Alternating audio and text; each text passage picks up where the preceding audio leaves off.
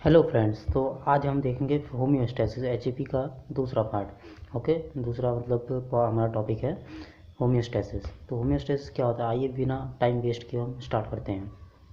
Homeostasis, a homeostasis to described the state of internal balance और organisation of functions.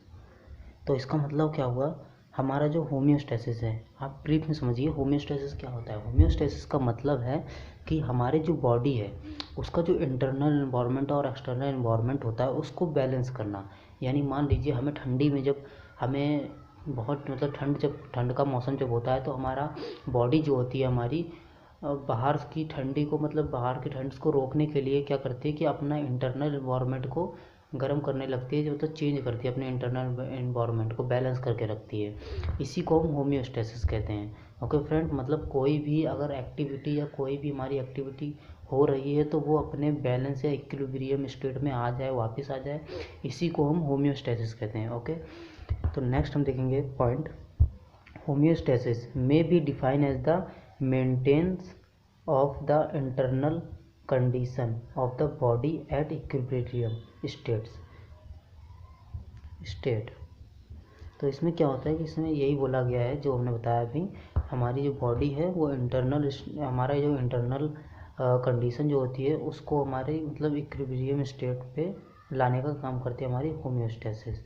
और जो कि हमारा चेंजेबल होता है, इसमें हमारा इंटरनल एंड एक्सटर्नल एनवायरनमेंट जो है हमारा वो आपस में चेंज होता रहता है। तो इसमें हम एग्जांपल समझते हैं कि एग्जांपल के through, the cross temperature of human body remain at about 37 degree Celsius, deposit fluctuation in surrounding temperature.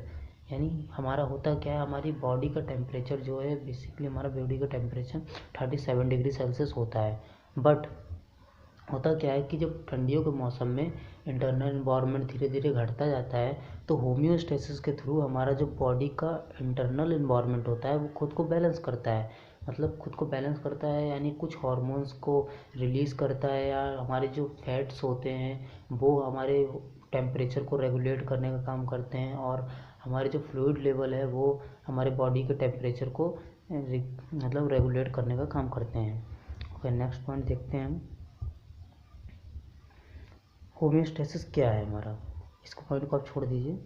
Homeostasis देखिए, होम्योस्टेसिस दो वर्ड से मिलकर बना हुआ है हमारा। पहली चीज़ तो ये हमारा क्या है, ग्रीक वर्ड है होम्योस्टेसिस, जो कि हमारा दो वर्ड से मिलकर बना हुआ है, एक होम्यो एंड स्टेसिस। होम्यो का मतलब होता है हमारा सेम, यानी सेम कोई भी चीज़ है वो आपस में मतलब इक्विलिब्रियम स्टेट में हो या सेम हो उसे हम होम कहेंगे, ठीक है। और स्टेसिस यानी सेंडिंग हमारा। तो any condition that is constant, इसमें होम्योस्टेसिस में क्या होता है, हमारे कोई भी कंडीशन, जो भी हमारी कोई भी कंडीशन होती है वो इक्विलिब्रियम स्टेट में होती है, यानी कांस्टेंट कंडीशन में होती है। यानी मान लीजिए अगर इधर का हमारा टेम्परेचर इक्वल है तो इधर का भी हमारा इक्वल होगा, यानी इसका इंटरनल एंड एक्सटर्नल इन्वायरमेंट ये हमारा मेंटेन होगा। इसकी हमारा जो मेंटेन होगा ये होम्योस्टेसिस के थ्रू मेंटेन होगा। एंड नेक्स्ट देखते हैं हम अपना, homeostasis is the condition of dynamic equilibrium. इसको हम एक पॉइंट, ये हमारा डेफिनेशन के तौर पर हम यूज़ कर सकते हैं इस पॉइंट को। होम्योस्टेसिस क्या है, homeostasis is defined as the condition of dynamic equilibrium in body internal environment. हमारी जो बॉडी का इंटरनल इन्वायरमेंट है वो एक डायनेमिक कंडीशन के थ्रू मतलब कांस्टेंट रहता है, जिसे हम होम्योस्टेसिस कहते हैं। ओके, नेक्स्ट देखेंगे हम, जो हमारा होम्योस्टेसिस है वो हमारे बॉडी में किन किन मेजर फंक्शंस को रेगुलेट करने का काम करता है। तो हम देखते हैं, पहला टेम्परेचर, हमारा जो बॉडी का टेम्परेचर है वो होम्योस्टेसिस के थ्रू रेगुलेट होता है। वाटर एंड इलेक्ट्रोलाइट कंसंट्रेशन हमारा होम्योस्टेसिस के थ्रू मेंटेन होता है। पीएच ऑफ बॉडी फ्लूइड, यानी एसिडिटी, हमारी एसिडिटी हो गई, एल्कलीमेट्री हो गई, जो भी हमारा एसिड और बेस हमारा बैलेंस होता है वो हमारा बॉडी में मेंटेन करने का काम करता है हमारा होम्योस्टेसिस। एंड ब्लड ग्लूकोज को लेवल को भी मेंटेन करता है हमारा। और हमारा जो ब्लड हो गया और हमारे जो टिश्यू हो गए उनके अंदर ऑक्सीजन एंड कार्बन डाइऑक्साइड का भी हमारा लेवल इसको मेंटेन करता है, और हमारा ब्लड प्रेशर को भी मेंटेन करने का काम करता है। ओके, तो नेक्स्ट हम देख रहे हैं इसमें इसका कंपोनेंट, यानी होम्योस्टेसिस जो है हमारा वो वर्क किस तरह करता है, आखिर ये करता किस तरह वर्क है। तो ये देखेंगे हम। तो होम्योस्टेसिस में क्या होता है, बेसिकली हमारे 3 इसके प्रोसेस होते हैं, 3 मतलब कंट्रोल, मतलब 3 कंपोनेंट होते हैं जिसको हम यहाँ से 3 ये होते हैं। हमारा फर्स्ट होता है डिटेक्टर, सेकंड होता है हमारा कंट्रोल सिस्टम एंड थर्ड होता है हमारा effector.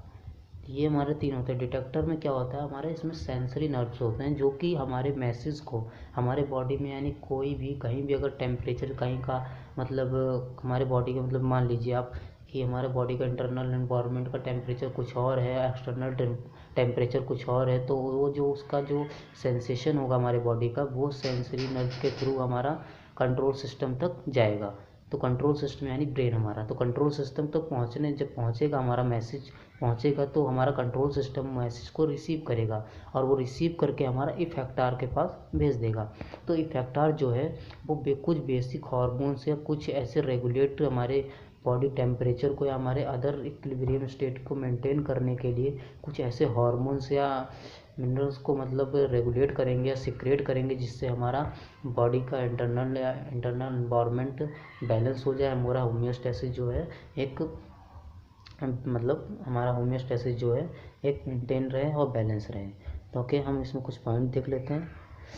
The sense which detect the stress, यानी इसमें यही बोला गया है जो हमारा डिटेक्टर है जो है वो हमारा स्ट्रेस को, यानी किसी भी स्ट्रेस यानी हमारा जो भी इंटरनल बैरियर्स हो गए उनको मतलब डिटेक्ट करने का, सेंसेशन करने का काम करता है। और हमारा ये फिर नेक्स्ट पॉइंट देखेंगे हमारा control centre which receive information from the sensory send message for adjust the stress, यानी हमारा कंट्रोल सिस्टम जो है हमारा वो हमारा डिटेक्टर के थ्रू जो मैसेज है उसको रिसीव करता है और हमारा मैसेज को एक जो हमारा मैसेज है उसको हमारे इफेक्टार के पास भेज देता है, जिसके एक मतलब स्ट्रेस जो हमारा होता है मतलब जो भी हमारा सेंसेशन होता है उसमें एक मैसेज सेंड करता है जो कि हमारा इफेक्टार पे जाके बाइंड होता है। और इफेक्टार्स जो हमारा होते हैं वो एक कुछ मतलब कुछ रेगुलेट हार्मोन्स को सिक्रेट करते हैं जिससे हमारा होम्योस्टेसिस मेंटेन होता है। लास्ट पॉइंट देख लेते हैं, the effector which receive the message, जो कंट्रोल सिस्टम ने जो हमारा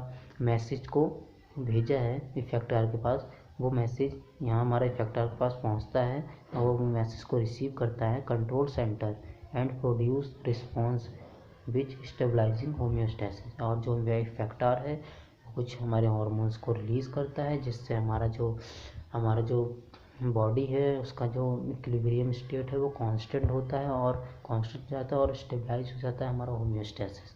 ओके, नेक्स्ट हम देखेंगे होम्योस्टेसिस जो है हमारा वो डिवाइड होगा। हमारा होम्योस्टेसिस जो है उसकी कुछ मैकेनिज़्म होती हैं, तो इसकी ये जो मैकेनिज़्म है ये हमारी बेस्ड ऑन डिफ़ाइन होती हैं 2 टाइप। ये हमारा जो मतलब डिफ़ाइन की जाती है मैकेनिज़्म, ये हमारा फीडबैक मैकेनिज़्म के थ्रू मतलब हमारा फीडबैक मैकेनिज़्म के थ्रू दी जाती हैं। तो फर्स्ट हमारा जो फीडबैक मैकेनिज़्म होता है ये हमारा होता क्या है हम ये देखेंगे। The body detects change in internal environment response to changes, यानी हमारे बॉडी में जो इंटरनल एनवायरनमेंट चेंज होता है वो किसकी वजह से चेंज हो रहा है, किस तरीके से चेंज हो रहा है, वो हमारा फीडबैक मैकेनिज़्म कहलाएगा। तो जो हमारा फीडबैक मैकेनिज़्म होता है इसमें हमारा 2 टाइप्स होते हैं, एक negative feedback mechanism and positive feedback mechanism. तो नेगेटिव फीडबैक मैकेनिज़्म और पॉजिटिव फीडबैक मैकेनिज़्म हम एक एनिमेशन वीडियो के थ्रू समझेंगे जो कि आपको डिस्क्रिप्शन में उसका लिंक मिल जाएगा, प्रोवाइड कर दी जाएगा, आप वहाँ से जाके उसे देख सकते हैं। इससे आपको बढ़िया से समझ भी आएगा एंड आपके डाउट्स क्लियर हो जाएंगे। अगर आपको कोई डाउट्स हो तो आप लिंक कमेंट सेक्शन में मुझसे पूछ सकते हैं।